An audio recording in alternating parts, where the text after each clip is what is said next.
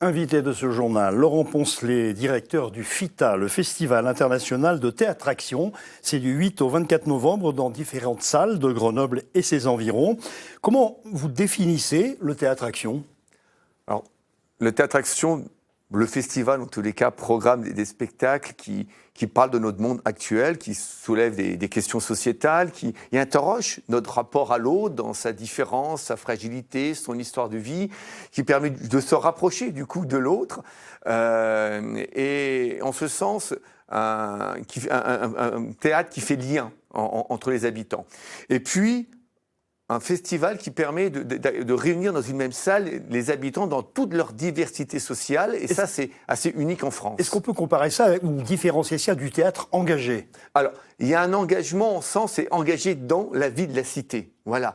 Après, ce n'est pas une tribune, ce ne sont pas des dogmes, on est dans l'émotion, on est dans des formes artistiques très élaborées, très abouties, on est dans du théâtre qui va toucher le cœur, qui va toucher l'émotion, bien évidemment. Alors, exemple, illustration plutôt, vous allez découvrir Anne, une enfant qui a des contes plein la tête. C'est un extrait d'une pièce de la compagnie Les Bas Bleus.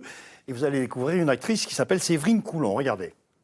Anne a la tête dans les contes de fées et le corps dans la peau des autres. Aïe! Il faut souffrir, il faut souffrir, il faut souffrir, il faut souffrir. Sois belle et tais-toi, tiens-toi droite et souris. Sois belle et tais-toi, fais des efforts pour être jolie.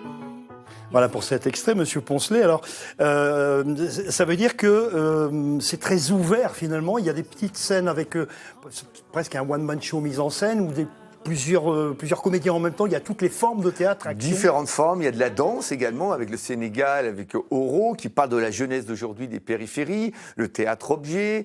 Il y a du théâtre un peu plus classique. Il y a également une lecture avec un dessinateur qui peint en direct, une lecture dessinée. Oui, les gens sont multiples. On a plein de portes d'entrée, mais à chaque fois, au cœur, l'humain et notre rapport à l'autre. Le théâtre local, chez nous, est représenté dans votre festival. Alors, il y a le spectacle que j'ai réalisé avec le groupe Mon Scapha, des comédiens en situation de fragilité multiple, et puis un spectacle sur Hubert Magarelli, qui était un écrivain isérois. D'accord, et c'est international, il y a des artistes du monde entier. De Syrie, de Turquie, du Sénégal, j'en ai parlé, et donc dans toute cette diversité, encore une fois, de genre, d'approche et de culture. D'accord, et je rappelle que c'est donc du 8 au 24 novembre, il y a aussi des débats et chaque spectacle est suivi de temps d'échange, et on a une vingtaine de rencontres également avec nos partenaires de l'action sociale. C'est ça qui fait le cœur du FITA. C'est ce qui permet de mobiliser un public qui vient jamais au théâtre. Merci d'avoir répondu à notre invitation, Laurent Poncelet. Merci à vous.